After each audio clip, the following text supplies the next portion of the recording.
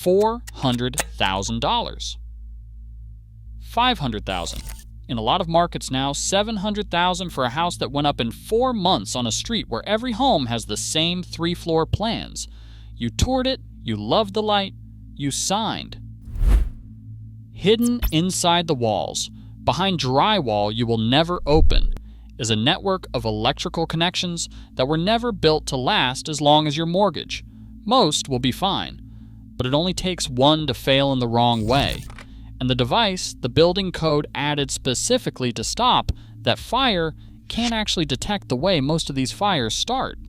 Today, I'll show you exactly where your home is wired to fail, who decided it should be built this way, and the one thing you can do this week to find out before it costs you everything. Picture the electrician on a production site, not a villain. A guy with a nail bag and a quota wiring his 4th identical house this week, paid by the home, not by the hour. The manufacturers gave him a shortcut. On the back of every cheap outlet, there are little holes. You strip the wire, shove it in, a tiny spring clip grabs it, and you move to the next box. Electricians call it speed wiring. The alternative is to wrap each wire around a screw and tighten it down, which is slower, more reliable, and unpaid. The fast way is not against code. That is the part that should bother you. It passes inspection, it transfers the deed, and the gap between passes inspection and safe for 30 years is where this entire story lives. Every outlet and switch in your home is a connection point, and you probably assume the wire is bolted down inside there. In a speed-wired house, it isn't. It's held by that spring clip alone, with a fraction of the contact surface a screw terminal gives you. Every time a circuit heats up under load and cools back down, the metal expands and contracts, and that clip loosens a little more. A loose connection means resistance, and resistance means heat, right where the wire meets the device, buried in a wall cavity packed with wood and insulation. It does this silently for years. You'll see the early warning if you're lucky. A switch warm to the touch, a light that flickers, an outlet that buzzes faintly. Most people never notice. When one of those connections finally arcs, the average electrical distribution home fire does around $45,000 in damage, and that's the average, not the total losses. But a single bad outlet is almost survivable. The real danger is the one box where every connection comes together. Your breaker panel is the heart of the system, the one place where every circuit lands on a single bar. Here's the detail almost nobody outside the trade knows.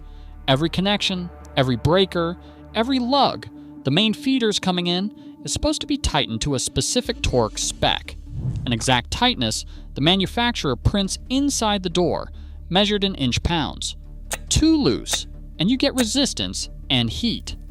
On a production site, with a torque screwdriver that costs money and time nobody is paying for, that step gets done by feel or skipped. A loose lug does not announce itself. It sits there building heat, and a high-resistance connection in that panel can reach over 1,000 degrees Celsius, hot enough to ignite the box around it. The panel costs the builder maybe $250.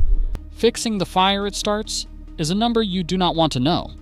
And the protection the code forces into that very panel was never designed to catch a loose connection. The devices themselves are the cheapest legal version of every part. A builder-grade outlet costs under $1. A spec grade 1, with real screw and clamp terminals built to survive being plugged and unplugged for decades, runs $3 to $7. Multiply the difference across 75 outlets, and the builder saves enough to buy lunch.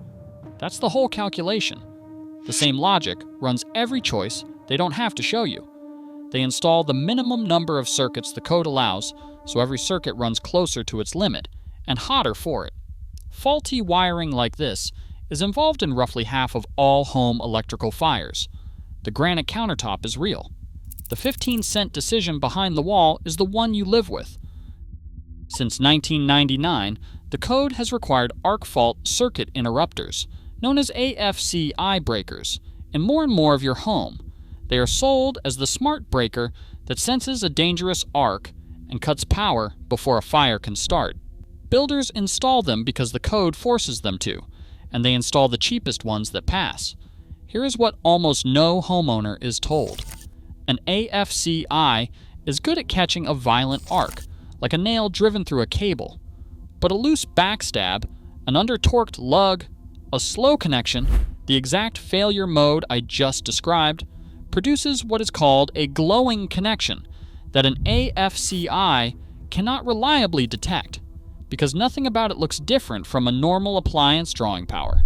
The device sold to you as the thing standing between a loose wire and a house fire was never able to detect the most common way that fire actually starts. So who is responsible? The volume builders that put up most new American housing are not craftsmen. They are logistics operations, and their electrical subcontractors are paid per home and per device, which means every screw terminal wrapped instead of stabbed, every lug torqued instead of guessed, is money and minutes off their margin. The speed wiring is not laziness. It is the system working as designed. You assume that somewhere above all this there is a protection in place. The inspection, the code, that breaker the law makes them install. But the code's own answer to electrical fire, the arc fault circuit interrupter, AFCI, cannot detect the failure that speed wiring causes.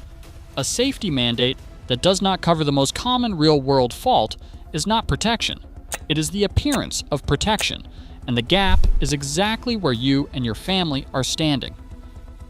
Here's how I think about it. Number 3, if you're buying new construction, do not rely on the municipal inspector, who checks for code, not longevity.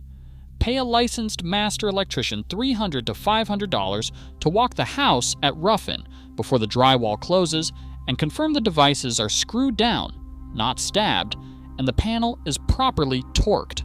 Number 2, the genuinely undervalued option. A home wired in the 1990s, copper throughout, built before the per-unit volume model fully took over, when generously specified circuits were still normal.